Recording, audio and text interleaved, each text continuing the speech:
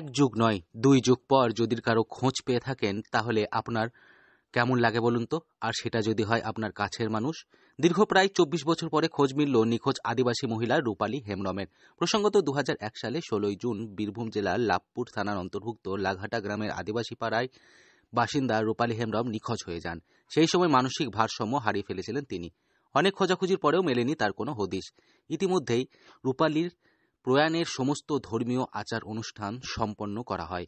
অবশেষে এক ভিন রাজ্যের ফোন কল নতুন করে আশার আলো দেখালো রূপালীর পরিবার।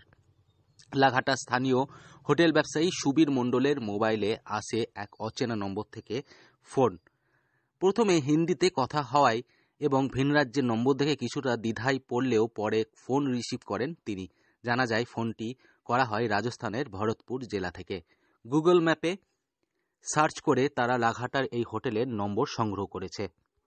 সবাই দিকে গেছিলেন না, তাহলে কে গেছে? আমি যাই না, আমার বোনটা নিয়ে গেছিল। বোন আমার বাবা যায় না। বোনটা ছোট ছিল, এবারে ওখান থেকে সব মেলাগুলো দেখেছে। মেলা দেখেছে যে আপনার ব্রেনটা কাজ করছে না।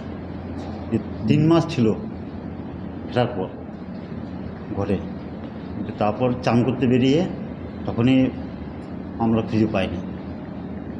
আপনার বাবা কবে মারা গেছে? মারা গেছে 1 বছর আগে। 1 মাস আগে। কি বলেছিলেন বাবা? বাবা বলেছিল যে আমি যদি মরে যাই তা মায়ের একসঙ্গে যেন ছাদুটা দিয়ে দিই। আজ থেকে প্রায় 25 বছর আগে 2001 সালে আমার লাভপুর বিধানসভার লাঘাটা আদিবাসী গ্রাম থেকে এক মহিলা তিনি নিখোঁজ হয়ে যান। একটু মানসিক ভারসাম্যহীন ছিলেন বলে তাদের পরিবার থেকে বলছিলেন। তারপরে তখন তার স্বামী এবং 2 পুত্র তারা সংসারে ছিলেন।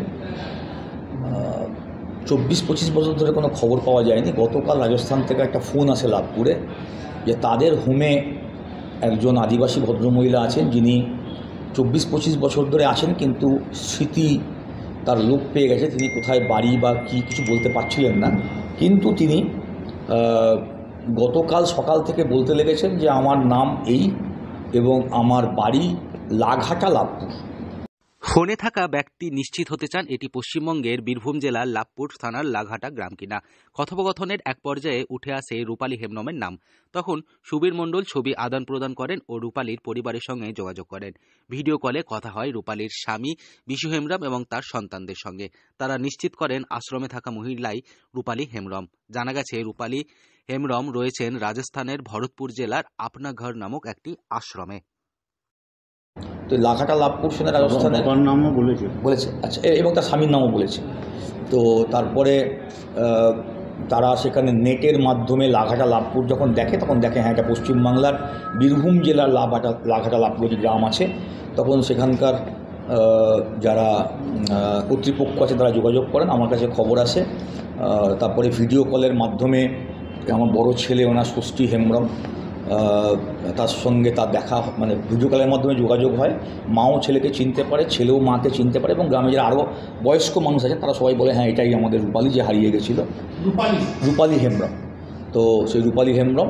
তো তারপরে আমরা জেলা প্রশাসন এবং ব্লক প্রশাসনের সঙ্গে যোগাযোগ করি এবং আমরা সিদ্ধান্ত নিয়েছি যে আজকে আমার বড় ছেলে আমাদের ষষ্ঠী হেমব্রম এবং আমাদের আদিবাসী সেলের ব্লক প্রেসিডেন্ট নারু মুর্মু এদেরকে নিয়ে আমি রাজস্থান রওনা হচ্ছি, এই আশা নিয়ে যে সে আদিবাসী মাকে যাতে তার ছেলেদের সাথে আমরা সুস্থভাবে নিয়ে এসে যোগাযোগ করে দিতে পারি। বীরভূম থেকে Souvik die report, local 18 Bangla.